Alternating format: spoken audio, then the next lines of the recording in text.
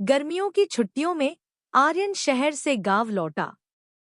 वर्षों बाद अपने बड़े भाई और भाभी से मिलना एक अलग ही सुख दे रहा था।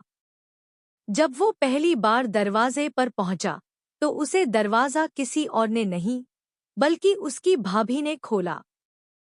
सांवली स्लोनी सी भाभी, माथे पर सिंदूर और हल्की सी मुस्कान। आर्यन एक पल के लिए ठहर गया। उस मुस्कान में कुछ ऐसा था जो उसने पहले कभी महसूस नहीं किया था। भाग दो, एहसास का नाम नहीं होता। दिन गुजरते गए। भाभी उसकी देखभाल करती, उसके लिए पराठे बनाती और बारिश में भीगने से डांटती। लेकिन आर्यन को लगने लगा कि उसकी दुनिया अब सिर्फ भावना भाभी की मुस्कान में बसने लगी है। भावना को भी एहसास हुआ, आर्यन की नजरों में कुछ बदल गया है। वो अब उससे ज्यादा बातें करता, उसकी पसंद पूछता, उसकी बनाई चीजों की तारीफ करता। लेकिन भाभी जानती थी, ये रास्ता सही नहीं है।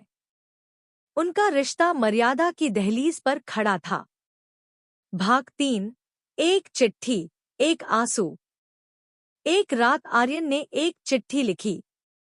भाभी, मुझे नहीं पता ये जो मैं महसूस करता हूँ वो क्या है, लेकिन आपकी मुस्कान में मुझे घर मिला, सुकून मिला, जो शायद किसी को भी नहीं मिलता। मैं आपको कभी अपनी भावनाओं से असहज नहीं करना चाहता, इसलिए सुबह की बस से लौट रहा हूँ। लेकिन ताउम्र, आप मेरी सबसे खूबसूरत अधूरी मोहब्बत रहेंगी। भावना ने चिट्ठी पढ़ी और एक आंसू पोंछ लिया। उसने बस धीरे से कहा, इश्क कभी पूरा नहीं होता, बस दिल में बसा रह जाता है। अंतिम दृश्य, सालों बाद। आर्यन अब एक प्रसिद्ध लेखक बन चुका था।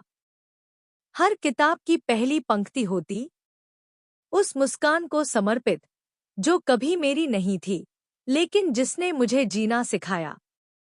इश्क वही जो दिल से हो, चुपचाप बहता रहे, बिना शोर, बिना सीमा लांघे।